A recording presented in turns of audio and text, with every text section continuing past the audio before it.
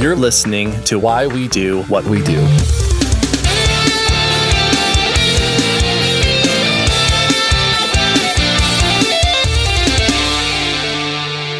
Welcome to Why We Do What We Do. I am your judgmental host, boss, Abraham. And I am going to be your passive-aggressive and then evaluate you later, and then you'll have a really hard time with that feedback because it'll seem like it came out of nowhere, host Shane. Longest title ever. Love it. You got to just switch it up a little bit. You got to spice it up, you know?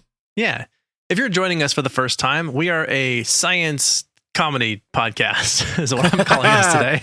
Edutainment, my friends. Edutainment. Exactly. And we are psychology. We talk about all things psychology and all of that sort of stuff. And, you know, if you are listening to this in whatever form you're listening to it and you'd like to learn more, then you should subscribe to our podcast. And if you'd like to support the show, you can join us on Patreon, leave us a rating and review, tell a friend, buy some merch, those sorts of things. Yes. But today, we are talking about something that is near and dear to everyone's hearts, a time-honored tradition, in fact. This is the experience that we get to have once or maybe twice a year, where we sit down with our bosses, we look them in the eye, and they give us a number of how good we are as an employee. And so that means that we're talking about organizational evaluations. Yeah, so we're talking about this idea that at any organization, as far as like employment goes, and it may be different. When we talk about this, we're going to be talking from a very US-centric space. Yeah, that's fair. More than likely, at least our experiences.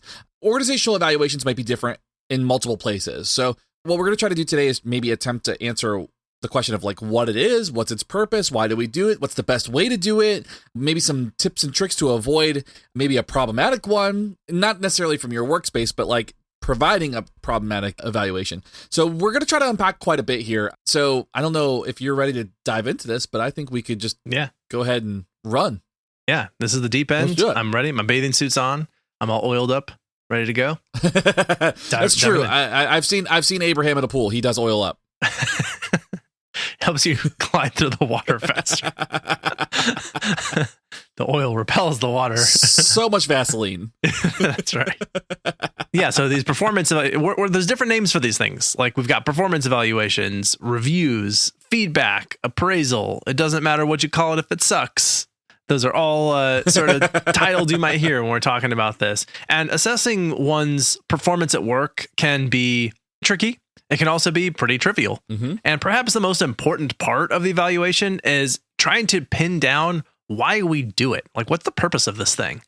And now, if it's used correctly, it can be a proactive tool to provide objective feedback and some useful appraisal of one's performance toward improving that performance in the future. But if these are carelessly designed, as might be the case for some people in some places, it may be aversive and unpleasant. It may be punitive. It only increases the likelihood of an employee being disheartened and possibly even quitting or being let go. And in extreme cases, the employee could even threaten legal action. So there are some major caveats to this practice and how it's used. Yeah, absolutely. So let's take a second to look at our friend SpongeBob and his classic job as a fry cook at the Krusty Krab.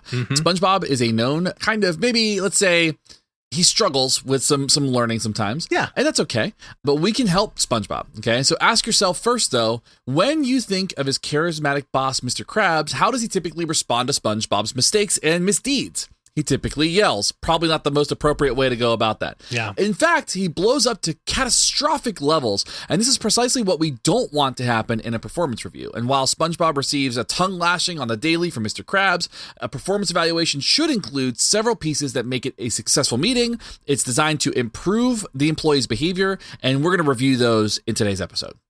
Right. So let's start by actually asking and answering the question, why are these performance appraisals and evaluations used? What do companies get out of them? And one of the things is that they're quick and easy. They're usually pre-made or adapted from that of similar companies, that sort of thing. And for these reasons, they also fail to be tailored directly to the expected behaviors of a given employee in their position. Instead, you get sort of a copy and paste shoehorn template of what it might look like. But again, quick, easy, pre-made sort of thing. And that's one reason that they're used. Yeah. And so with these evaluations, what you have to start looking at is what behavior you want to start to appraise or to review. What would you like to see more of? If the employee was truly doing their job, what exactly would that look like? And is there room for the person to exceed expectations? What does subpar performance look like? And all of these factors have to be explicitly considered and objectively defined for a performance appraisal to be successful or effective. If one of these things is unclear, if it's based on personality and not performance, then you're going to run into issues where it gets subjective and then people start getting defensive. And we'll talk about all those things too. But you want to make sure that what we're talking about is describing the performance or the behavior of the person rather than the person themselves. Although that is often a characteristic feature of some of these eval and appraisal processes, is it seems like there's a ambiguous blend of both talking about someone sort of as a person as well as their performance at their job. And now another thing I think that I would highlight in talking about why these are used is thinking about like what would happen if they weren't used. Mm-hmm. Like if a company has an employee and the employee is like not performing at their job and then that employee is eventually let go, and then they threaten maybe legal action, and they might say like, I had no idea. There was no evals ever. Like we never had an evaluation. We never sat down and did a review. Like I did not ever have an opportunity to learn that I was doing my job poorly. I needed to be doing it differently. Otherwise I would have. Right. So we might look at companies who don't practice any kind of evaluation system and say like, if you're not doing evals, like you're essentially going an indefinite amount of time without ever having feedback for anybody. And that is an unworkable system. Now, we'll get into this, but ideally, that's not how any company ever operates. Right. And not just with respect to having evals regularly, but I think it's a useful criticism to look at. You should have some kind of system in place for evaluating how things are going at a company on a relatively regular basis. And so I do think that evals could potentially serve that purpose. Absolutely. So Aubrey Daniels, one of the founding fathers of organizational behavior management, or OBM, as we'll probably likely shorten it throughout the episode. Yeah, for sure. Suggests in his book, 13 Management Strategies That Waste Time and Money, which is a really great title for a book, by the way. Yeah, I've read that one, actually. That was a good one. It is a good one. And these organizations use these evaluations for 5 reasons, all of which often inevitably fail. The first one is going to be employee development, and this is when they use the same items annually or repeatedly, and it's unlikely that reviewing behavior once annually or even quarterly will actually change the behavior for the better. So the longer the period of time between the times you evaluate, the less likely that behavior is going to change. That's a very important point, and I think we're going to come back to that. But yeah, so employee development is one reason they might cite as why they use it, but it's not necessarily there's not really reason to believe that's a good idea to use it that way. Right. Another one is to try and build employee motivation is another reason they might cite as why they would use this. What's important here is that evaluation does not account for lacking of motivation that could be rampant throughout the organization. And it's unlikely to be remedied by a annual or even biannual evaluation of that business. It's sort of like, if you're unhappy now, just wait 6 months and then we'll talk about it. Right. Yeah. That's not a very good system. Right. Absolutely. You've got promotion. Sometimes they use these for promotions. And actually, Daniels comments that over half of all leaders fail at their pursuits and wonders if basing their evaluations off of arbitrary or unthorough evaluations may be partly to blame. So it looks like leaders who are getting into roles or working in those spaces, they're failing time and time again, but maybe the evaluations aren't catching them, or people are getting promoted despite the fact that they're maybe not performing at a high level. Yeah. So as the actor Mark Evans Johnson on the show The Good Place, he plays the character Sean. He says the reason he took the form of a middle-aged white man is because he can only fail up. Oh, man, that's good. Another reason that people will use these evaluations is to structure pay. Again, these are annual or biannual. Important to consider, like, if this is the best criteria to base pay changes on, there might be others that are maybe more relevant that you want to be basing your pay structure on, but that's a way that they're used.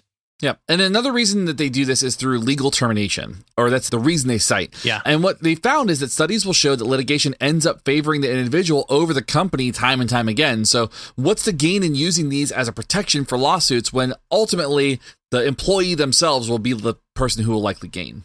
All right, great. So all of that sounds pretty bleak. Let's get into some definitions. And by definitions, I mean, talking about what we're measuring or what we're reporting on when we do these evaluations. And it is imperative in any kind of comprehensive appraisal or review to make sure you're clearly defining whatever performance or behavior category that you're looking at and provide examples of the expected behavior or performance that is associated with each one of those descriptors. Anything less could be misleading to an employee who then is going to think that they've adequately demonstrated their category and possibly even to the highest level. And in response, you might have no basis as the supervisor to challenge them without having given them the information ahead of time that they would need to determine whether or not they were doing what they were supposed to be doing. And so waiting that amount of time is kind of absurd, really, to give that kind of feedback when they should have had that information well beforehand. Absolutely. So some examples here include respect, confidence, professionalism, creativity, and communication. What do any of these mean? We could sit here for hours debating what each of these might look like, and we'll still have only ended up within our own bubbles relative to our own nuanced workplaces. Deal. Let's do it. Let's do it. You ready? Here's the rest of the show for eternity is going to be debating what respect is as far as definitions go. RESPCT. I like it. I mean, you're not wrong. You're not wrong. The right definition is the one that corresponds to the desired outcomes of your company, whether it's at a hospital, Morgan Stanley offices, residential school for autism, or McDonald's. Each position in a company requires a unique purpose and only achieves that by demonstrating several essential behaviors. What do these look like? You need to know what those look like.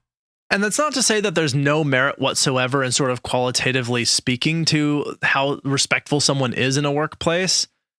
Again, waiting till an eval, though, that seems like that's an awful long time. Not the best. Yeah, to wait. Like, let's assume this is an annual eval. Like, okay, it's January. Let's see how you did last year. You are very disrespectful and everyone hates you. Like, oh, well, I'm glad I'm finding out about this now. So there's value in evaluating those aspects of someone's performance. I don't know if it makes sense to do it in this kind of context, but sometimes, I think I've been a part of eval processes that do have sort of fuzzy terms, and they sort of use it as an opportunity to say, like, here's an interaction that I had me feeling, in this particular way or something. It worked a little bit better, I think, in that it was not intended to actually quantify necessarily how someone shows up in that way, but to create an opportunity for conversation for, like, this is something that you should know about that maybe is a way that you could alter how you approach these situations in the future.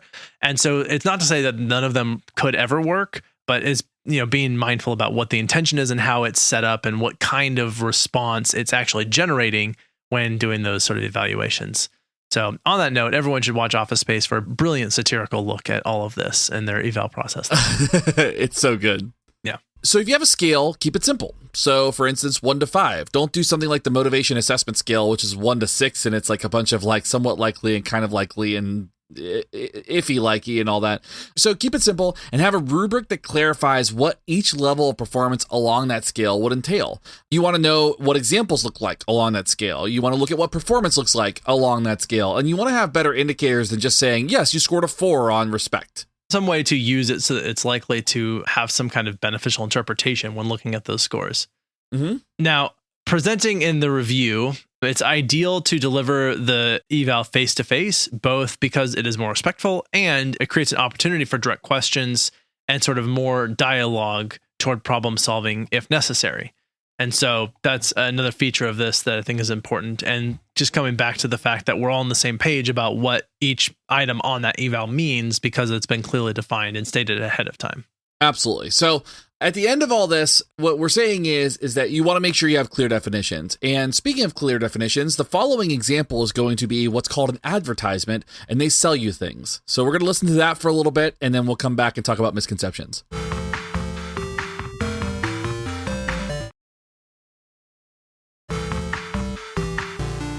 You clearly were expecting what the ad was. It met all of your expectations and you are still disappointed. Well, let's talk about some misconceptions here. There's a misconception that you cannot rate any behavior as being exceptional if it's too early in an employee's sort of tenure or contract or whatever performance. Now, why would you not consider the potential for exceptional performance? I mean, if you've started strong, why not keep that momentum going, right? And further, right, why would you see it as a discouraging thing to note like, hey, you're doing a really great job so far? If it's an issue of avoiding trying to make someone who is overly confident in their position, like they're kind of jerks about it and they're like, hey, I'm the best and I'm brand new, then you simply remind them that for every skill that is mastered, there are other skills to acquire, and that It's like, hey, you're doing great now, and hopefully you continue to do great. And like now we're going to throw more complicated stuff at you, which are things that other people are already doing, and then you'll be able to get great at those as well. And then, you're able to set them up for knowing that like you're doing great at the entry level position at which you are currently, and that hopefully you will go beyond this. And then that way, I think it helps people acknowledge sort of where they're at and things and not be jerks about it. But I also think I wouldn't just assume that they're going to be jerks about it, So just a thing to consider. Onward. To that point, it's always really interesting when that's the case. Like, you get those professors that are like, I don't give out A's. It's like, why? I've demonstrably shown you that I can get an A and I've nailed this. I got 100% on this test and you're still not going to give me an A. It doesn't make any sense. Yeah. That is like a leader or a professor or somebody just stroking their own ego being like, I'm just a tough teacher. No, you're just a jerk. Yeah. Don't be a jerk. Well, and this is not the time for this, but I'm going to say it anyway. Is that I really feel like the grade that you assign is at least 50% a reflection of the teacher. Like that is a grade for the teacher themselves. So if they're like, you get an F, I'm like, buddy, you halfway earned that F. Right. Yeah, that's you. And I've been in that position. I've had to award Fs in my class. And I reflect on that as like, I have failed the student. At least, I don't hold all of the circumstances in their life. I can't control everything. So like they had to meet me halfway. But I also like, I could have definitely done more to ensure that they were not getting an F. So that is a reflection on me. Anyway, we're so off topic. Yeah, no worries. Sometimes we take side roads. That's okay. So we're back on the main road. Okay. And the next thing is, quote, doing them more often will make a difference, end quote. Talking about evaluations, right? And do we need to remind you of the definition of insanity? If it was working, it would already be working. Doing them more often, just for the sake of doing them more often, is not necessarily the solution, at least for most people, right? If you do them more often with the goal in mind to improve behavior, then you might kind of undo that loop, right? So you have to kind of evaluate what's going on when you do them more often. Doing them more often isn't the problem. It's making them useful if you do them more often. For additional proof of this concept, look up communism. That was a good dig from Alan. Oh, Alan. That's good. All right. So this is another one. This is actually speaking, you kind of got to this point a little bit early, but you can't have too many people getting high performance scores on their evaluation. That's sort of a misconception here. Or getting high in general. Well, I mean, maybe if you're in Nevada or Oregon. Depends on the workplace. Yeah, that's fair. Yeah. So why would it be a bad thing that all of your employees scored well on their evaluation? I mean, you should be begging for a just sea of top performers at your company. That is the dream. And so to think otherwise screams of sort of mediocre expectations, which is just unhealthy to begin with. I mean, if all of your employees scored well, pat yourself on the back and wake up because you're dreaming. But yeah, like it would be awesome. Like, don't you want to be running a company where everybody is just scoring, all 5 out of 5 across the board? Right. Like this is not intended to be a rank based system against one another. Otherwise your ranking would have to be a lot higher. Hopefully. I mean, yeah, like, if you imagine working at Starbucks and you are like 50,000, your score of 1 to 50,000, how did you score? Yeah, no, it's not a rank-based system. It should be a criterion-based system. And if you have a criterion-based system, then everybody can get a high score. And there's not a problem with that. And that goes back to the point you were making about like, I don't give out A's. I'm like, but why? Like if you're doing well, if you're meeting expectations, then you should be getting high marks because you're meeting the expectations. Right. So I don't know. Yeah, it's weird. It's weird that people don't want to see people perform higher. I've heard leadership justify. They're like, well, if they're always scoring high, then you have nothing to strive for. It's like, that's not how that works. That's not how motivation works at all. Yeah. And also like, do they not want to strive for continuing to perform high? Like, is that not what you want? Exactly. If you continue to chase a goal that you're never meeting, how good does that feel? Really? Exactly.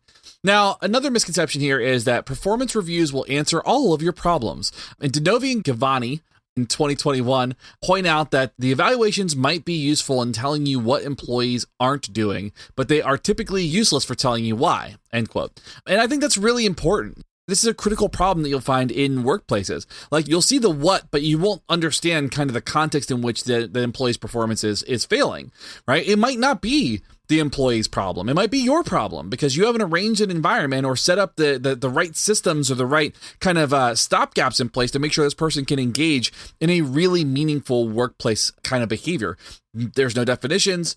The amount of response effort is far too great for this menial task. Whatever it is, you're not seeing the why with these evaluations that you're performing.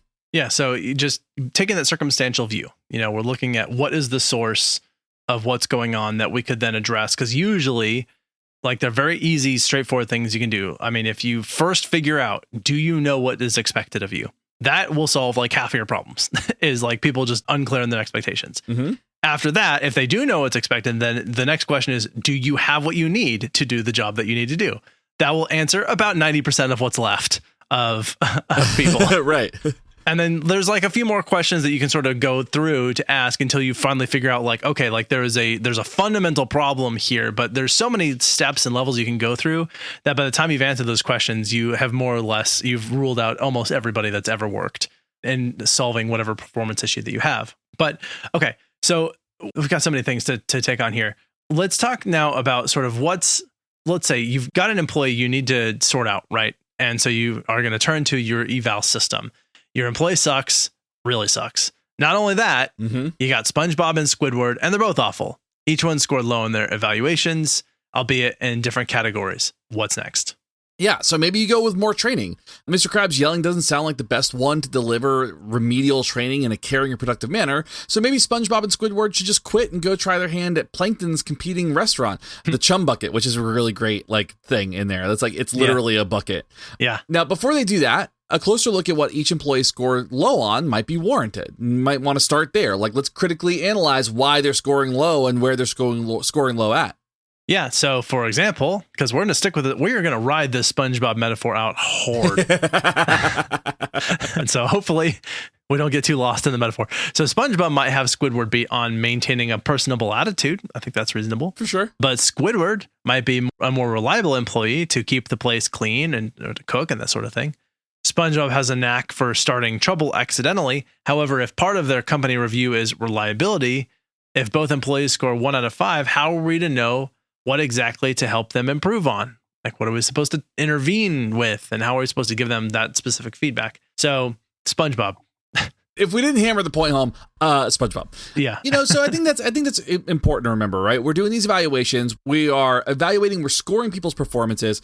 We're basing it on output, maybe some observations that we've had, but we need to know a little bit more about why. And this kind of leads to the question of, why do these even become aversive to begin with, right? So we are essentially grading somebody's performance and we're telling them they suck, right? We're telling them they can perform better, but there's so much more to unpack within this. So I think it's time that we can get into like kind of the nuances that make these things so painful for some people that are in the workforce.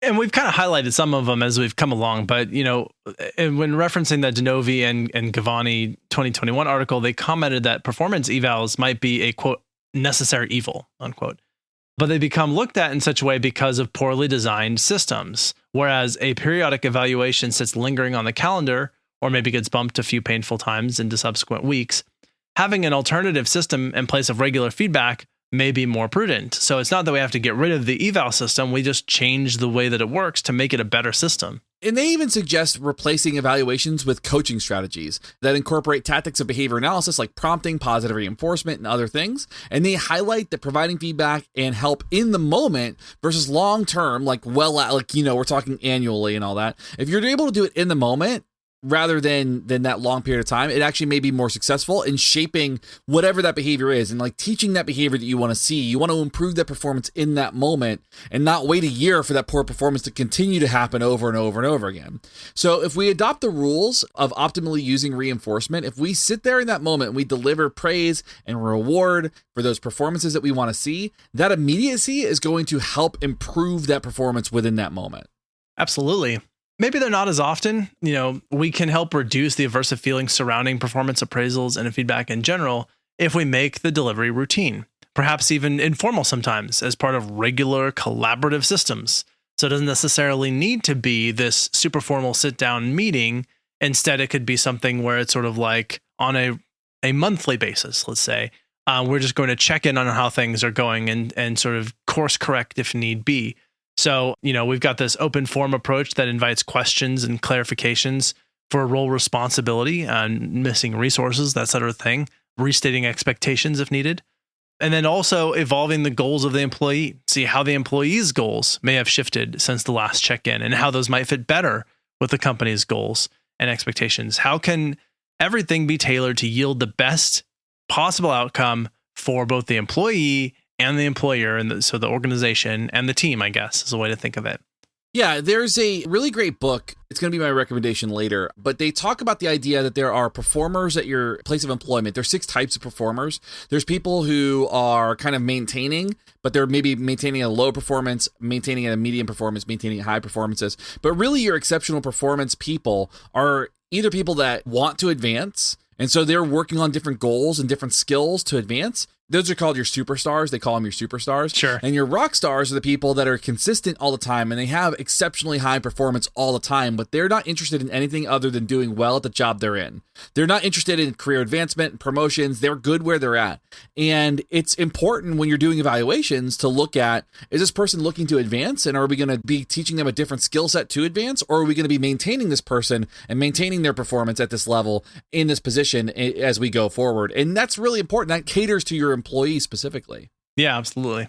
I'm getting notification that we are being hacked by the Russians to sell you some propaganda. So we're going to try and sort that out, and we're going to try and fix and patch up that hack. I'll be right back.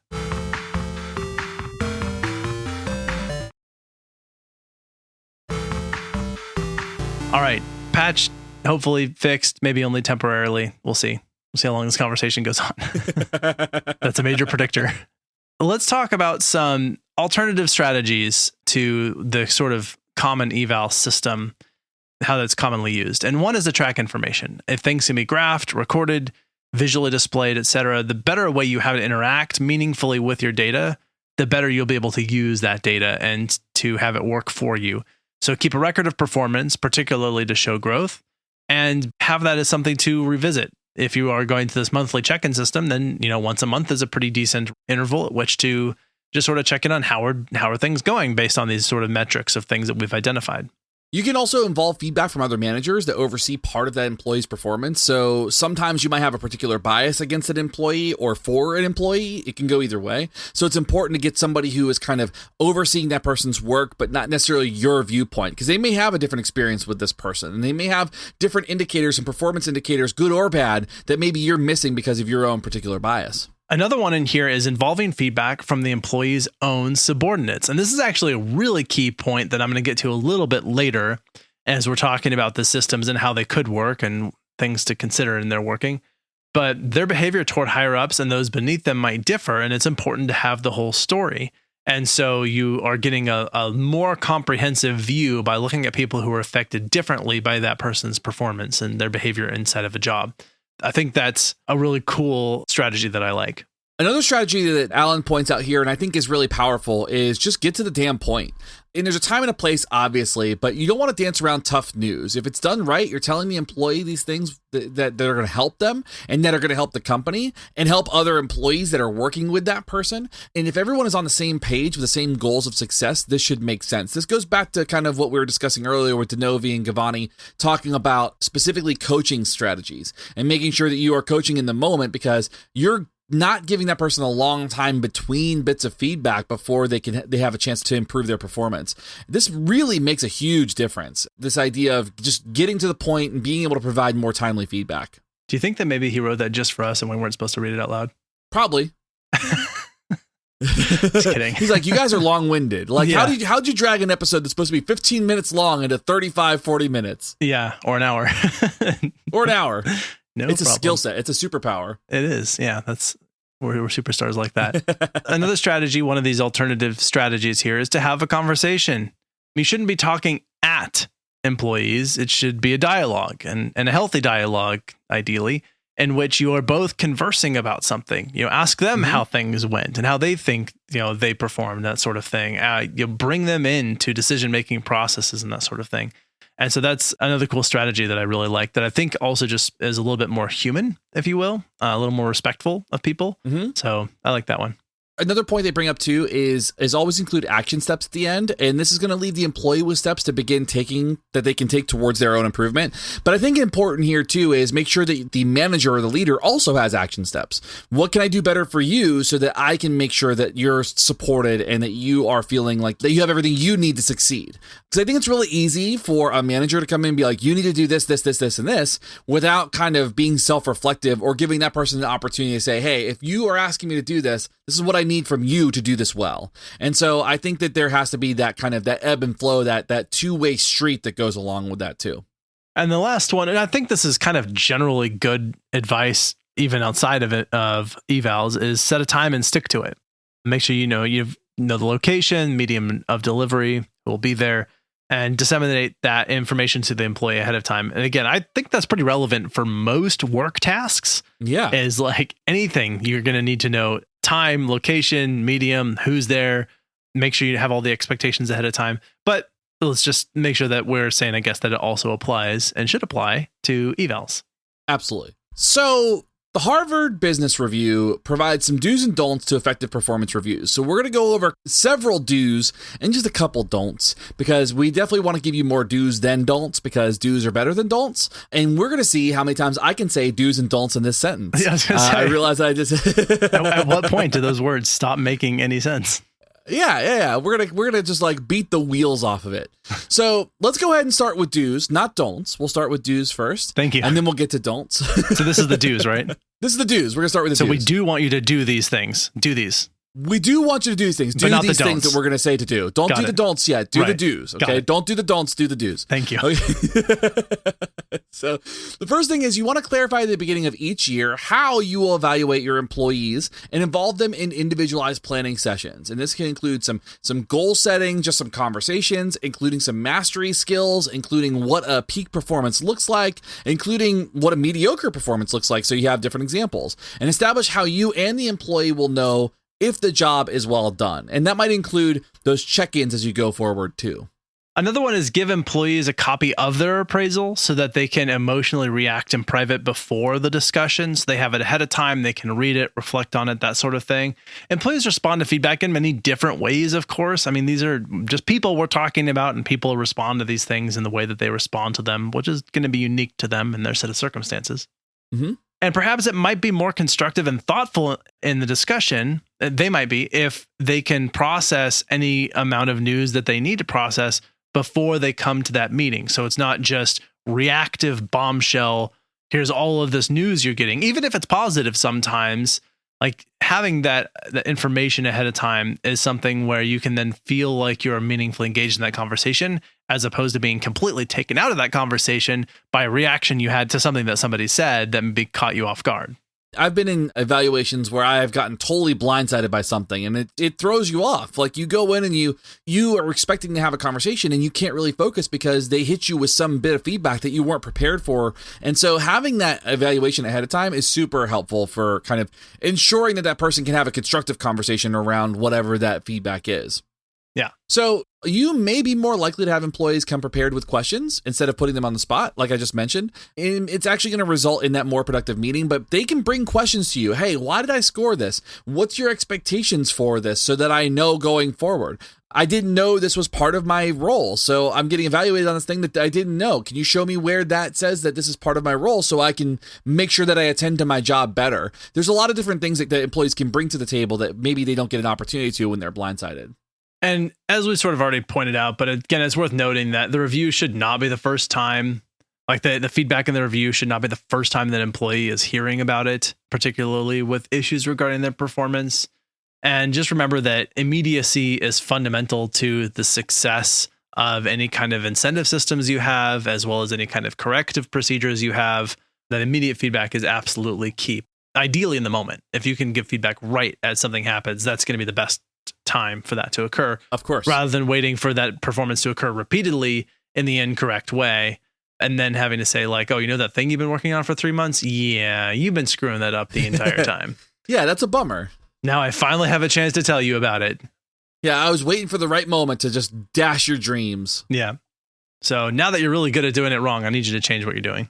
Yeah, that's the other part of it too. Is like, it's not just about giving that person the performance evaluations. They've been doing it wrong for so long that the longer they continue to do it, the harder it is to fix it. Yeah, that's a good point. I use the example of baseball. When I used to play baseball, I used to get feedback on how I threw, how I would throw the ball. I threw sidearm instead of up over my head. You're supposed to throw up over your head. And I would throw sidearm. And I did that for years and years and years. And by the time I got into high school and it became a real problem, I had been doing it since I was 6. You know, I'm 16 years old and I'm having to correct a 10-year habit and nobody was really correcting it. My dad was the only one who tried to correct it and he didn't really try to correct it. He did a pretty okay job, but not like, but it was one of those things where, you know, you're undoing 10 years of performance that has to change. Now my mechanics and my entire body is conditioned to throw a certain way.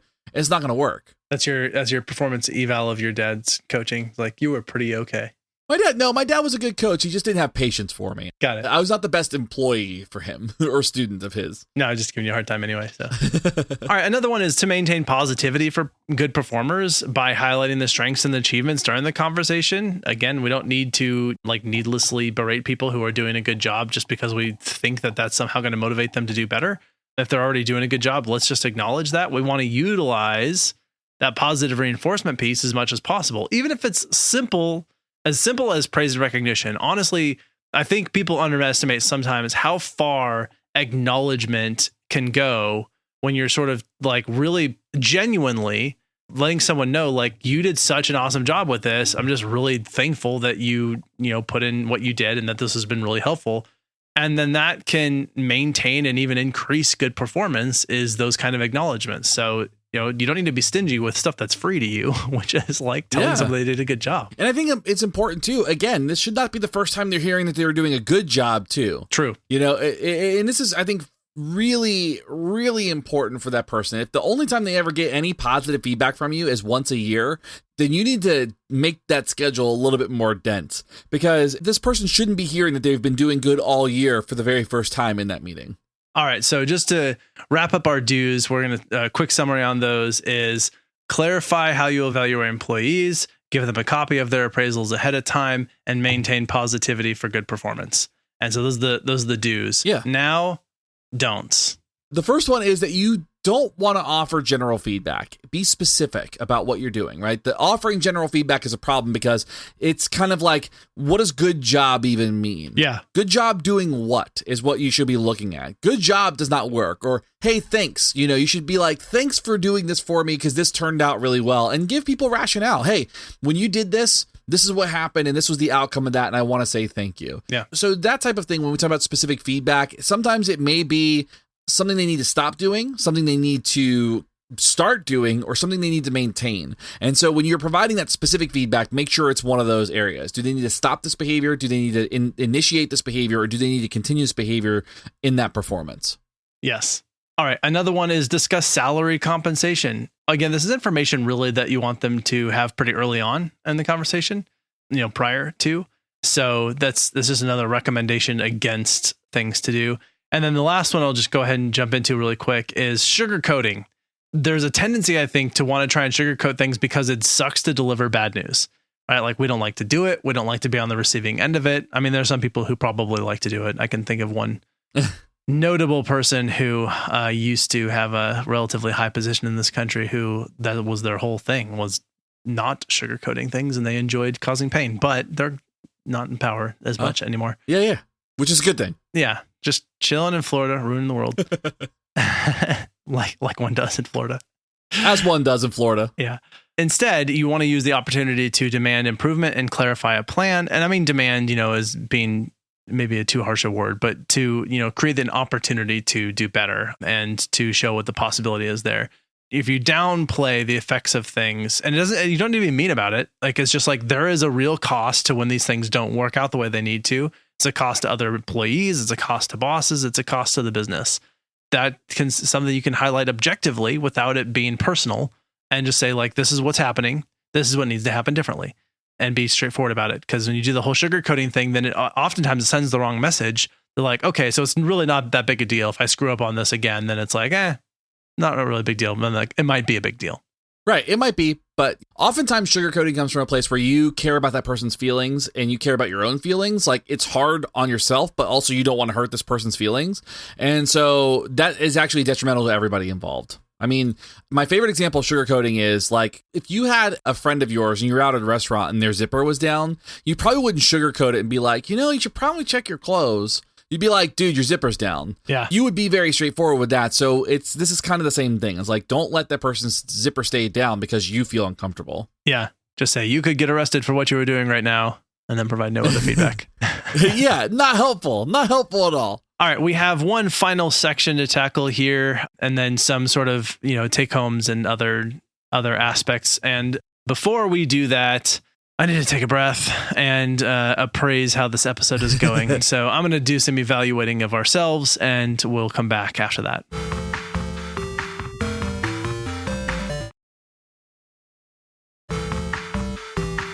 Well, I didn't realize that if I just let the recording go, that a bunch of advertisements would play while I was doing that appraisal. I figured I could just do it in utter silence. But here we are. Uh-huh. We're on the other side of the ads now.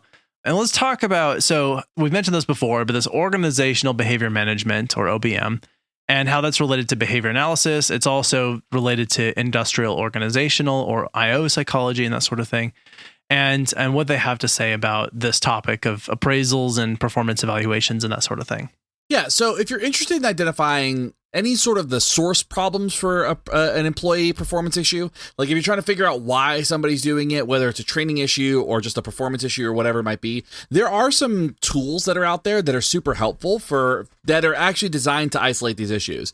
Now, several studies have been conducted or extended from Austin 2000 from the work on what's called the Performance Diagnostic Checklist, and specifically, and more notably, the one you hear a lot about is the Performance Diagnostic Checklist Human Services, or the PDCHS, and that was done by Cardall in 2013. Basically, what this does is it gives you an opportunity to kind of ask questions of like, was this person trained? Were they given feedback? How often is this person getting feedback? And it specifically breaks down these performance problems into 4 specific areas. You've got training, task clarification, prompting, and resources. And all that means is, has this person been trained? Do they know what to do? Are there visuals to help them do what they do? Are there enough resources for them to do what they need to do?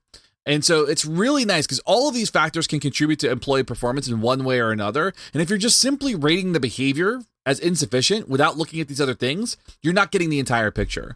What this does is it allows you to figure out performance with the available resources, with the training, and actually come up with some reasonable solutions to fix those employee performance problems. This is just the start. There are a lot of different ways to assess employee behavior, but this is one of my favorite ones to look at. Yeah, absolutely.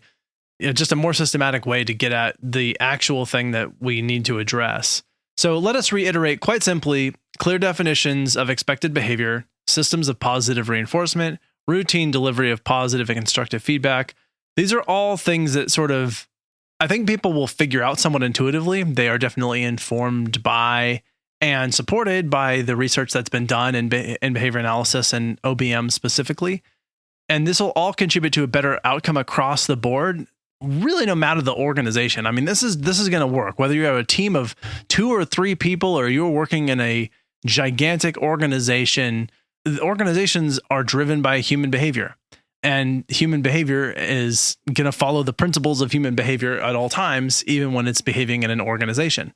So there's just these ways of approaching it that we know work because they always work, because they're from the science of human behavior. So that's sort of, I think, a take home, actually. But I think that's the take home. Yeah, the take home. Yeah, you're exactly right. Before we even get to take homes, I have a couple quick comments.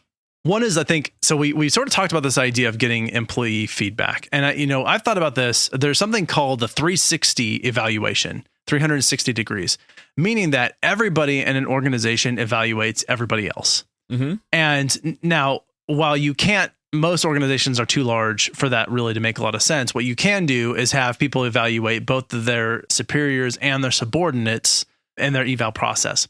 And here's what I actually really like about this system in particular. First, evaluating employees is almost pointless, in my opinion. Like, it's not entirely pointless. We've already clarified some of the conditions under which it's a good idea to have some kind of employees or some kind of evaluation system for employees. But it's almost pointless because as we mentioned, anytime that you need motivation or corrective feedback, that is something that should happen pretty much right away. Right. Like, this is not something you wait to do. At most, you wait like a day and then address it. But really, you want it to happen in the moment or as quickly as possible to identifying that there's something to give feedback on. And that also does mean acknowledging good performance. Like, you want rapid feedback when things are going really well. Awesome job. You absolutely nailed this. I could not have done this without you. That kind of acknowledgement is something that is also immediate feedback. And that's not something you necessarily want to wait on. So for changing employees' behavior or anything, that kind of feedback is something you generally don't want to wait on.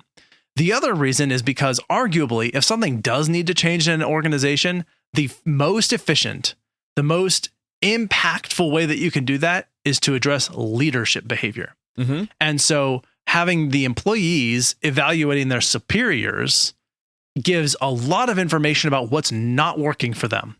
It answers the question before you even have to ask it. What do I not know what I'm doing, or I do not have what I need, or there's something else that is getting in my way of being able to fulfill in this position? They're usually going to communicate that pretty quickly, right?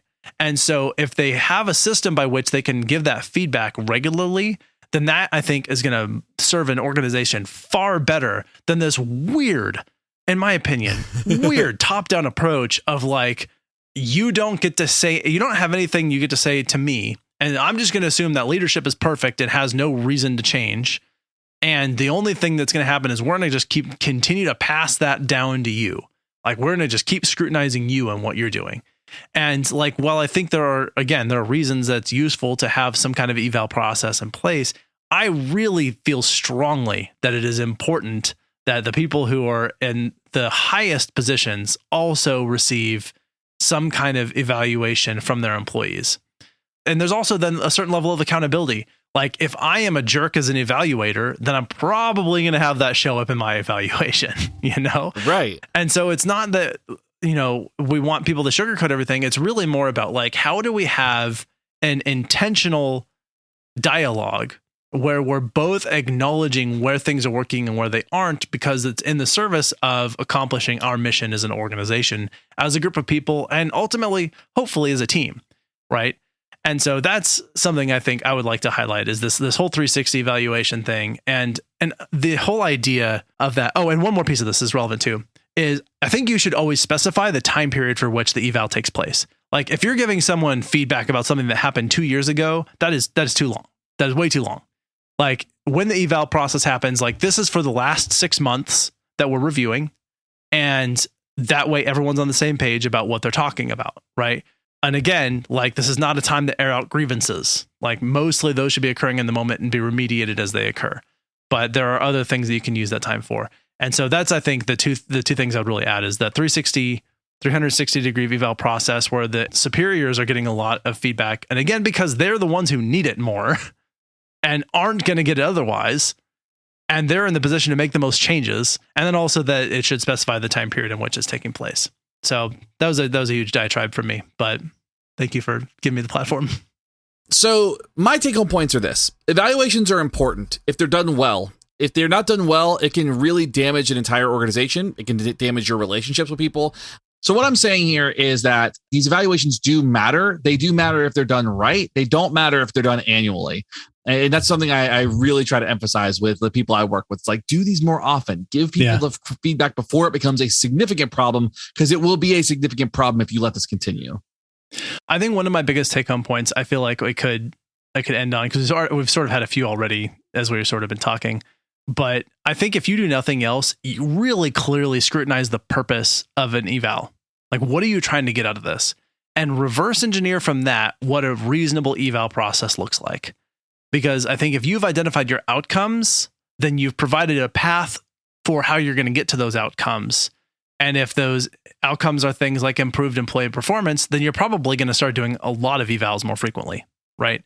If the purpose is that you want to get sort of a sense of how things are going in an organization, then you're probably going to turn to 360 evaluations and like have everybody evaluating everybody.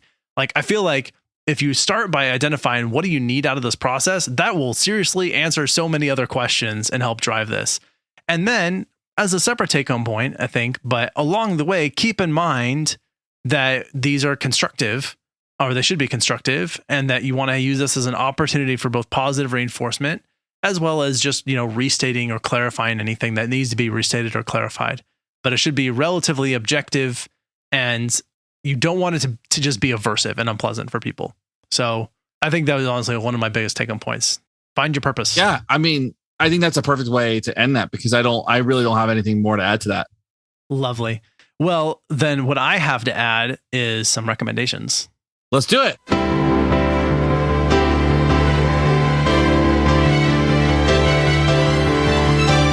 Recommendations.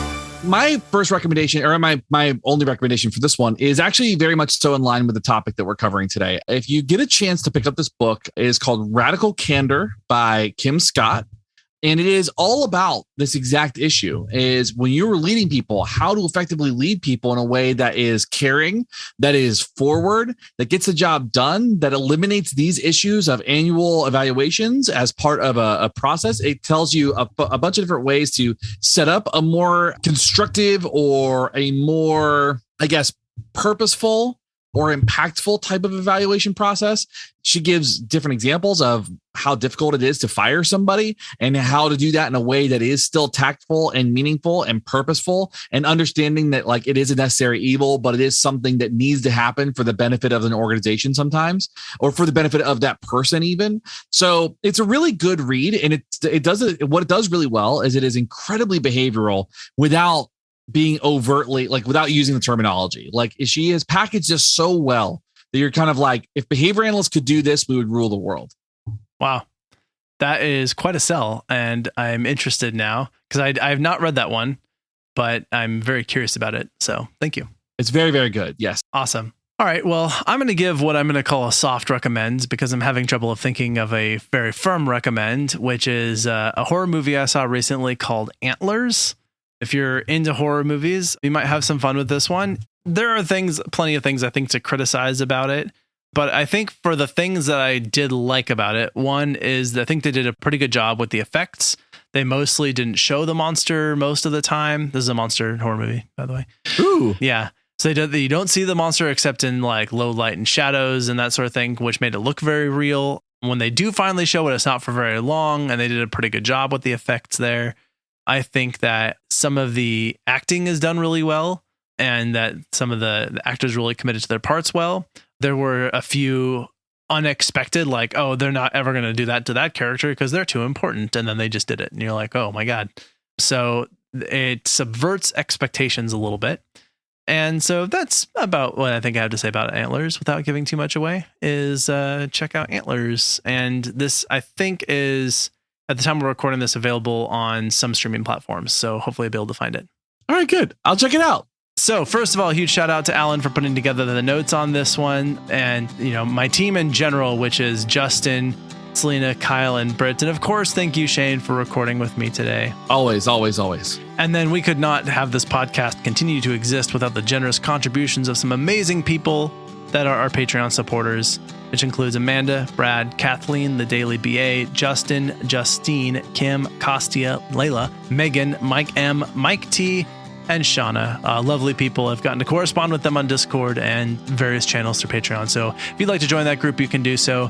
If you have anything to say about eval systems, ones that work for you or ones that don't work for you, if you'd like to tell us about a horror movie or an organizational book that you recommend, you should reach out to us. You can contact us on social media at WWDWWD Podcast. You can send us an email directly at info@wwd.wwdpodcast.com. You can find out more about this and other episodes by going to our website. Of course, you can support us by picking up some merch or joining us on Patreon or leaving us a rating and review, all the things that you can do. I think that's all that I have to say. Anything I'm missing, Shane, or anything you want to add? Nope, that's all I got. Perfect. All right. Well, again, thank you, everyone. This is Abraham. And this is Shane. We're out. See ya. You've been listening to Why We Do What We Do. You can learn more about this and other episodes by going to www.wwdpodcast.com. Thanks for listening, and we hope you have an awesome day.